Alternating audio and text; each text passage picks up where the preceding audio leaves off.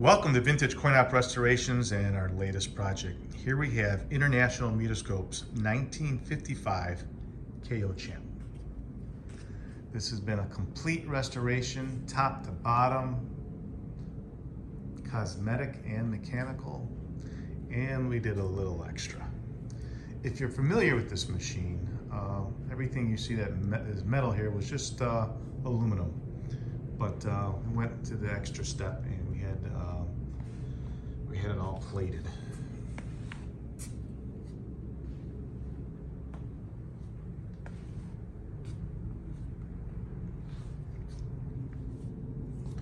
Now, this isn't the first boxing game, arcade game out there. From what I remember, what I've heard, National Novelty Company in 1928 made a game called Knockout Fighters. And it was basically a two mannequin game, and it had, instead of these handles, you had basically two guns, and the trigger was what you were using as the boxer. You would be pulling on your finger, and it was purely mechanical. For each nickel, I think you put a nickel inside it, and it stood the man up, and you played till you knocked your opponent down. And whoever got knocked down would be the loser. And if you wanted to challenge and play again, you put another nickel and you started all over again. A lot of fun, that game, but it also was mechanical, meaning that the harder you pull that trigger, the harder you can punch the man. And over time, those little metal bars in there would always break, and it was always a problem. And it's a very rare machine, but they're still out there, and that problem still exists. I've restored several of them and had to put new metal bars inside there to make them work correctly. Then here we have Mutoscope. In 1948, Mutoscope made another boxing game, and this one was called Silver Gloves. It was in a completely different kind of cabinet, basically a square box. And you had a very similar mannequin, but it was electrical. The man was being charged, and as your hand hit the opponent's chin, it finished the circuit, and in that point you were able to knock the man down, because it wasn't so much you were knocking it down, it connected a motor, started the motor, and the guy falls down because the motor pulls him back. So then in 1955, then you have Mutoscope made another one, and that's what we have here. Now this machine is, it's a little bit of, it's an EM machine, and it's with these handles here. Everybody thinks that you're squeezing these handles really, really hard. You can squeeze them all day long. It's not going to change the fighting of the arm. Inside here is our new switches. It's just an interrupter switch, so when you press it once, it will send an impulse to the coil, and that left or right arm, depending on what side you use, is going to pop the arm up and down.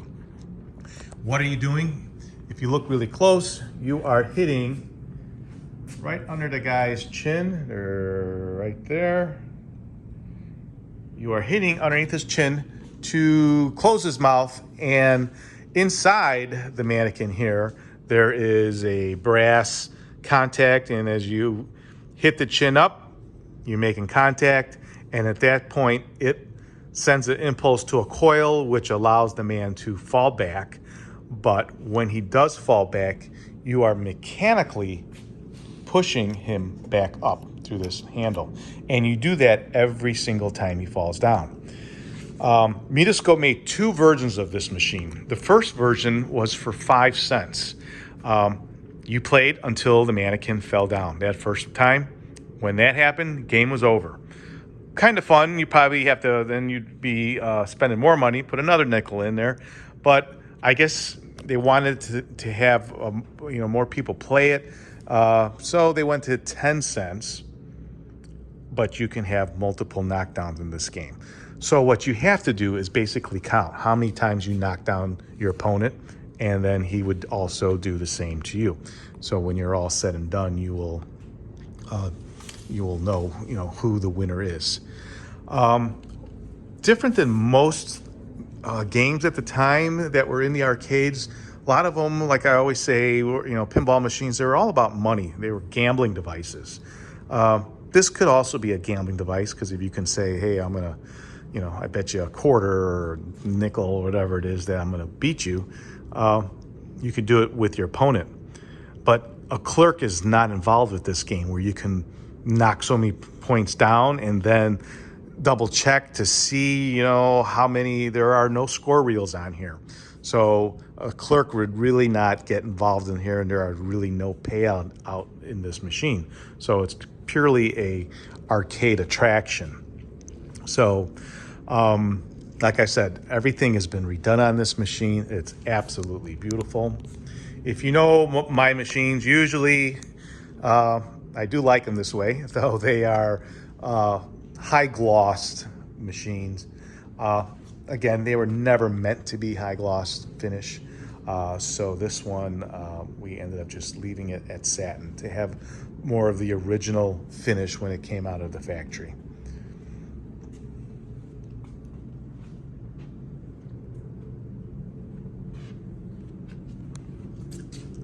We have some little feet protector here that are just lifting the game up, so in delivery it doesn't bang up the foot. So that's what you're seeing there, if you're wondering.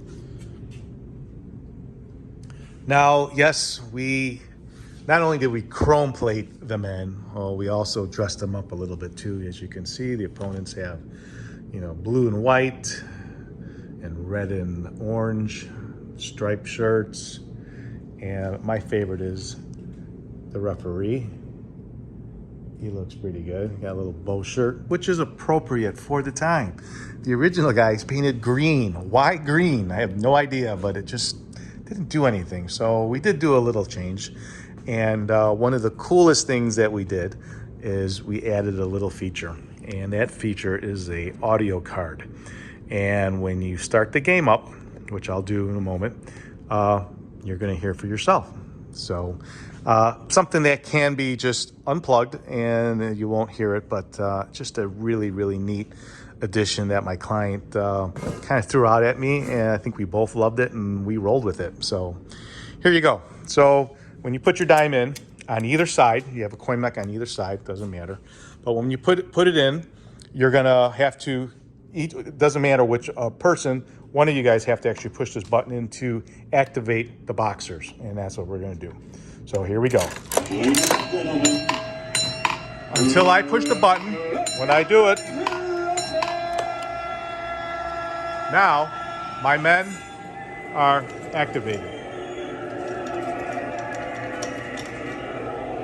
I'll hit this one here. And they're spring loaded, so this guy's to the right, and I move it to the left.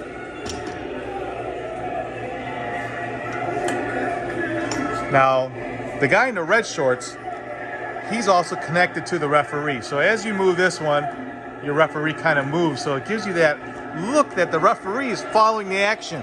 And not only does it move left to right, the men move always front and forward. So like right now, if I try to come and punch my opponent, you can see I'm nowhere even close to his face. So we both have to be both in and punching to actually hit the guy's chin. So as I can show you really quick here, this is where they stand. One guy goes forward, but the other one has to come forward too to get that reach into the underneath the guy's chin. And that is, how you're going to play the game. And you don't play pushing in the whole time, because if you're in all the whole time, that gives your opponent a chance to fight. So you're watching where he's at so you can pull out and get away from the punch.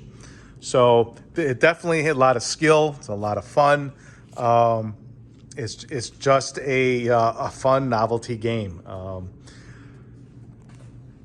Another thing that we did, which you'll see in a lot of these, is this plastic dome.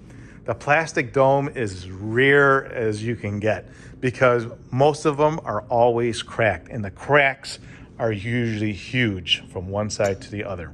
And you'd see the dome pretty much always yellow. This one we spent hours polishing and cleaning it with modern products that are out on the market now that you can pretty much remove that old haze and get quite a bit of the surface scratches. I mean, there are some scratches that there's just no way to get out. And unfortunately, this one is not a perfect dome because we do have a crack. I'm not sure where it's at. In fact, you might see it all the way below the band.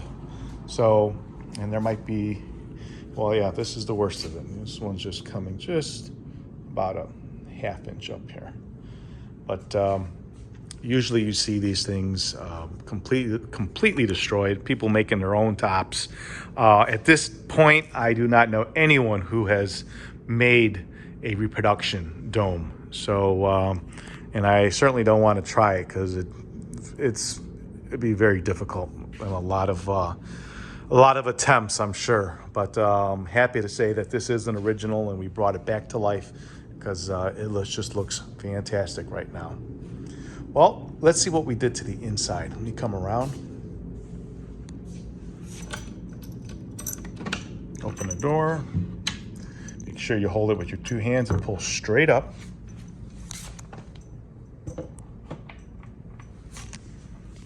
Now, as pretty as the outside of the machine is, so is the inside. Let me get a flashlight. I guess I need to find one first. There we go. Now in the back corner there, you'll see the audio card. That is the box where the audio card is in, and on top of it is a little volume control. Up on the top left corner is a little hole, and that hole is basically it was a little vent for letting heat escape the machine inside here. But here it's doing both, letting some heat come out of there, and it's using it for where you have the audio box at. Straight ahead, you have the selenium rectifier, the original one. We have a new bridge rectifier inside there, but we figured we'd leave that in there just because it's cool. And there is our mechanism that's all been shopped out. On the left and right, you have your coin boxes. I'll open one of these up. Kind of strange that they got this big bulky lock hasp here, but that is how they did it. But you open your door, and we have a dime. We got a little lock on there for you. And maybe we'll tune it up one more time. Let's get a dime out of there. I can see I'm running out of time here at 13 minutes. Oop. Also, the doors are marked, so which one's left and right.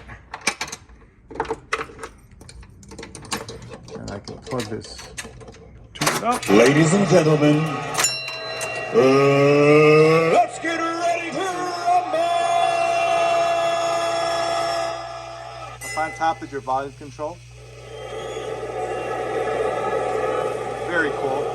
And if you don't want it and you decide you get tired of it, on the right hand side here, you'll see a plug. You disconnect this plug. You disconnect the power to the audio box, and it just plays like it normally does. Well, there you have it. If you're in the market for a KO Champ, or if you have one for sale, or you need one if you need one restored, please give us a call. We're located in Chicago, Illinois. Our phone number is area code 630-624-7466. Before this video ends, make sure you watch part 2 of it, where we have some people playing it, because it gives a whole different view of the game.